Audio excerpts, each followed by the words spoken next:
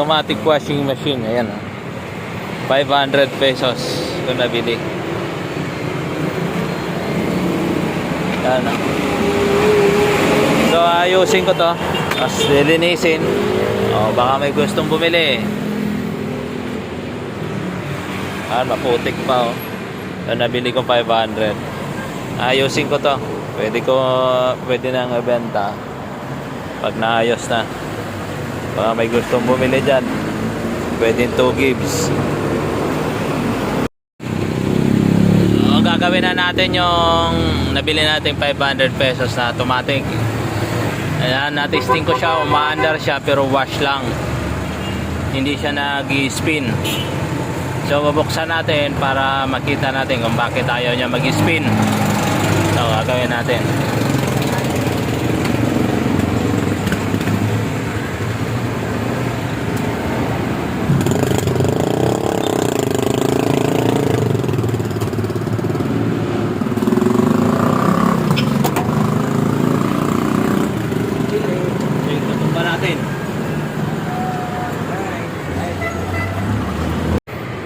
So ito yung loob. Ang problema niya, ayaw mag-spin. Nagwawash siya. Malinis pa naman Ay, ang gagawin natin dyan, dito lang, a-adjust mo lang to. Ayan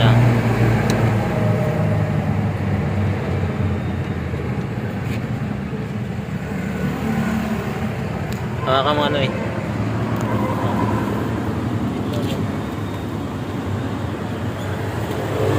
Yan. Adjust lang yan.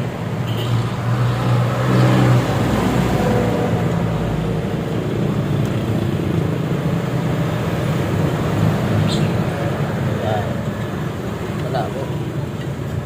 Linawa mo.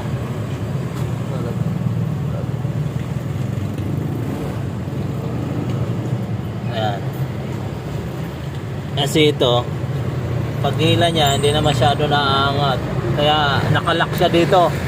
Wash na lang. Ngayon, na-adjust natin itong tornilyo. So pag hila niya, tutukod na siya, may aangat siya ito ng maayos. Yan. Kasi hindi na masyado ito naaangat tornilyo lang a-adjust mo. Ikaw po para paghila, aangat na siya, hindi nasasabit dito sa spring. So ngayon, okay na siya. Na-adjust na. Higpitan lang natin itong tornilyo para hindi lumuwag.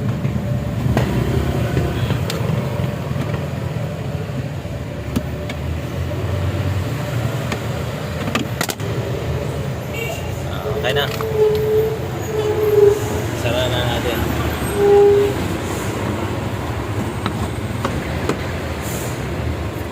Testing na. Patayin mo na.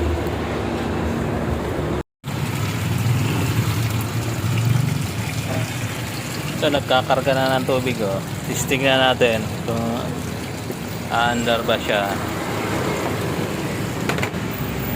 So, malinis na.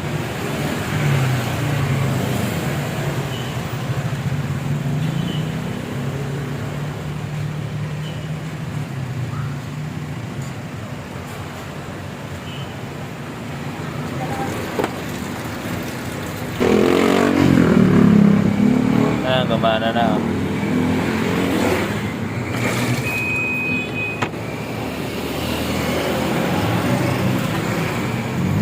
gumana na.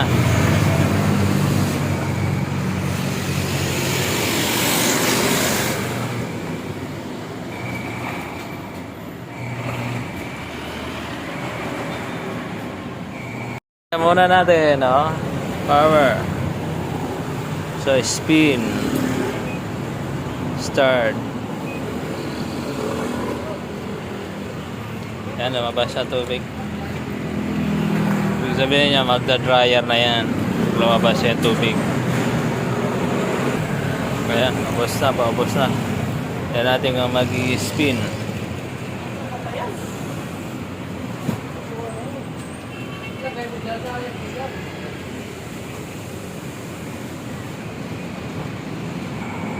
Ayan, nag-spin na.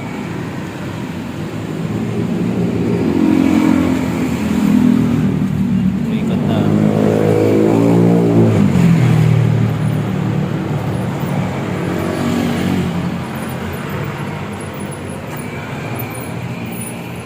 Sa mga bibili, pwede na 2 gigs.